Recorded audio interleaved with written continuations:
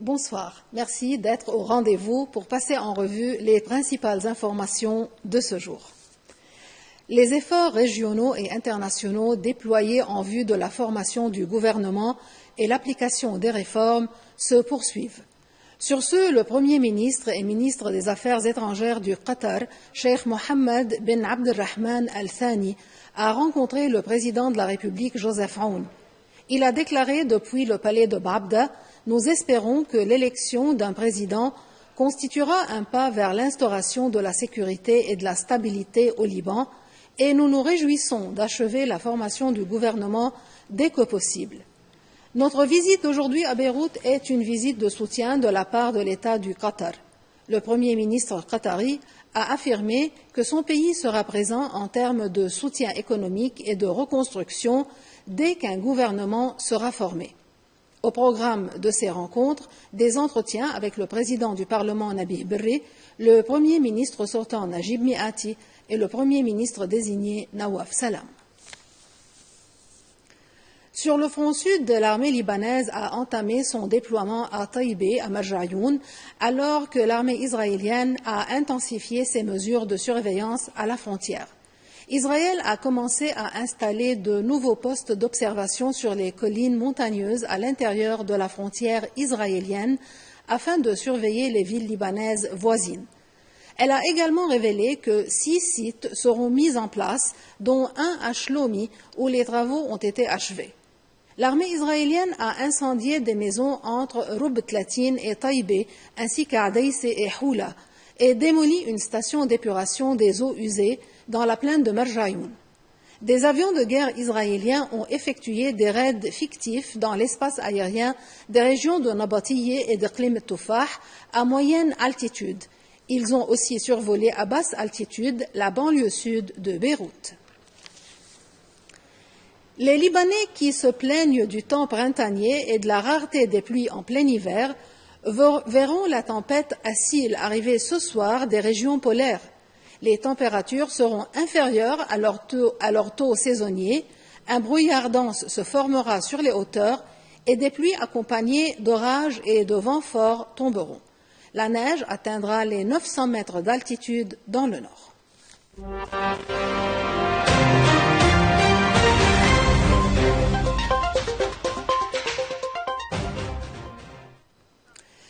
En Cisjordanie, un homme armé a ouvert le feu sur un point de contrôle de l'armée israélienne à Tayassir, à l'est de Jenin, en Cisjordanie, tuant 2 personnes et blessant 8 autres.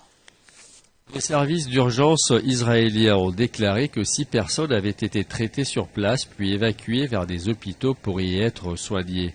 2 soldats étaient dans un état critique selon la radio militaire israélienne. L'armée israélienne a affirmé avoir tué l'homme au cours d'échanges de tirs. Elle a aussi envoyé d'importantes forces dans la région, qui est le théâtre d'une vaste opération militaire depuis le 21 janvier. Cette opération a causé la mort d'environ 30 Palestiniens, en plus de la destruction généralisée des infrastructures et des habitations et le déplacement de milliers de Palestiniens. D'où l'annonce de l'UNRWA que le camp de réfugiés palestiniens de Jenin se dirige vers une catastrophe. La porte-parole de l'UNRWA a précisé qu'une grande partie du camp avait été complètement détruite par une série d'explosions provoquées par les forces israéliennes. La reconstruction de la Syrie est au programme de la visite du président intérimaire de la Syrie, Ahmed al-Shara, à Ankara. Un pacte de défense commune qui prévoit l'établissement de bases aériennes turques dans le centre de la Syrie, l'entraînement de l'armée syrienne par la Turquie et la question des combattants kurdes seront également au centre des discussions entre al-Shara et le président turc Recep Tayyip Erdogan. Les discussions entre les présidents Erdogan et al-Shara porteront sur les mesures conjointes à prendre pour la reprise économique et la stabilité et la sécurité durable en Syrie, selon le chef du département de la communication de la présidence turque sur la plateforme X. Dans un effort pour équilibrer les liens régionaux après sa visite en Arabie saoudite, qui fut sa première visite à l'étranger depuis la chute du régime de Bachar el-Assad, al-Shara cherche à capitaliser sur la relation stratégique qu'il a forgée avec Ankara au fil des ans. Le premier ministre israélien Benjamin Netanyahu est le premier dirigeant étranger invité à la Maison-Blanche depuis le retour de Donald Trump au pouvoir. Cette rencontre s'inscrit à un moment délicat de reprise des négociations sur Gaza. Le président américain Donald Trump a suscité récemment une vague d'indignation internationale en proposant de faire tout simplement le ménage dans les territoires palestiniens et de transférer les Palestiniens dans des lieux plus sûrs comme l'Égypte et la Jordanie qui ont refusé. En quittant Israël, le Premier ministre Benjamin Netanyahu a jugé qu'en travaillant étroitement avec Donald Trump, il serait possible de redessiner encore davantage la carte du Moyen-Orient. Une chose que Trump a laissé aussi entrevoir lorsqu'il a souligné qu'Israël était un très petit État en termes de territoire, en réponse à une question portant sur la possibilité qu'Israël annexe la Cisjordanie. La visite du chef du gouvernement israélien coïncide avec la reprise cette semaine des négociations par intermédiaire interposé entre Israël et le Hamas sur la deuxième phase du cessez-le-feu. Le président américain avait précédemment affirmé qu'il n'avait aucune garantie que le cessez-le-feu en cours se prolonge dans les territoires palestiniens, après avoir beaucoup vanté son rôle et celui de ses conseillers dans la cessation initiale des hostilités, annoncée juste avant sa prise de pouvoir le 20 janvier.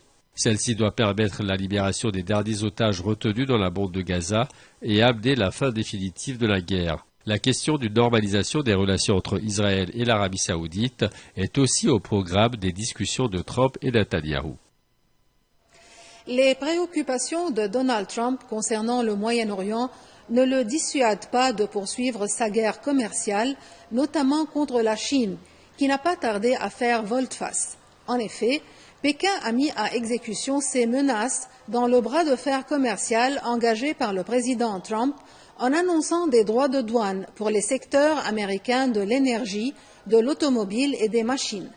Ces mesures ont été annoncées quelques minutes seulement après l'entrée en vigueur d'une augmentation de 10% des droits de douane imposés par Washington à l'ensemble des produits importés de Chine. Parallèlement, Pékin a annoncé ouvrir une enquête contre le géant technologique américain Google, qu'elle dit soupçonné d'avoir enfreint sa réglementation anti-monopole. La Grèce vit au rythme des humeurs du volcan de Santorini. La vague des séismes qui secoue l'île a poussé plus de 6000 personnes à la quitter. Lundi, un puissant séisme a secoué Santorini, ravivant la crainte d'un réveil du volcan. Prise de panique, plusieurs milliers de personnes ont quitté l'île par la mer. Malgré les appels au calme du Premier ministre grec, l'inquiétude grandit. Les ferries sont pris d'assaut et au port de Fira, les files d'attente s'allongent. Nous préférons partir avant qu'il ne soit trop tard, confie un touriste valise à la main. D'autres habitants plus résignés tentent de rester optimistes. Depuis dimanche, plus de 200 secousses ont été enregistrées. Santorini repose sur une caldeira volcanique active et l'augmentation de l'activité séismique inquiète les scientifiques. Nous surveillons de près la situation, mais pour l'instant, aucun signe imminent d'éruption, assure un spécialiste. Le dernier réveil du volcan remonte à 1950, mais l'histoire de l'île rappelle un précédent dramique en 1650 avant Jésus-Christ. Une éruption massive aurait provoqué un tsunami dévastateur, modifiant le paysage et détruisant des civilisations entières. Aujourd'hui, l'île se vide progressivement, entre l'incertitude et la prudence. Santorini retient son souffle, suspendu entre la beauté et la menace de son volcan endormi. C'est la journée mondiale de lutte contre le cancer. Le cancer du poumon serait le plus fréquent dans le monde, avec environ 2,5 millions de personnes diagnostiquées en 2022.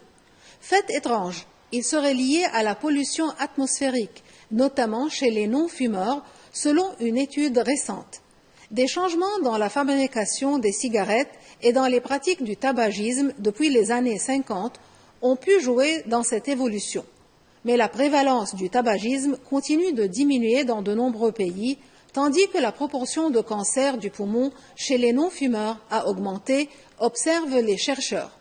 Le cancer du poumon chez les non-fumeurs est même devenu la 5e cause de mortalité liée au cancer dans le monde.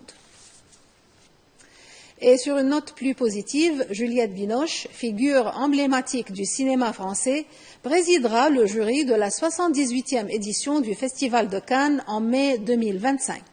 Avec elle, le festival fait le choix d'une artiste citoyenne engagée qui n'hésite pas à multiplier les prises de position politiques pour les droits humains et les femmes en Iran, l'écologie ou les personnes sans papier.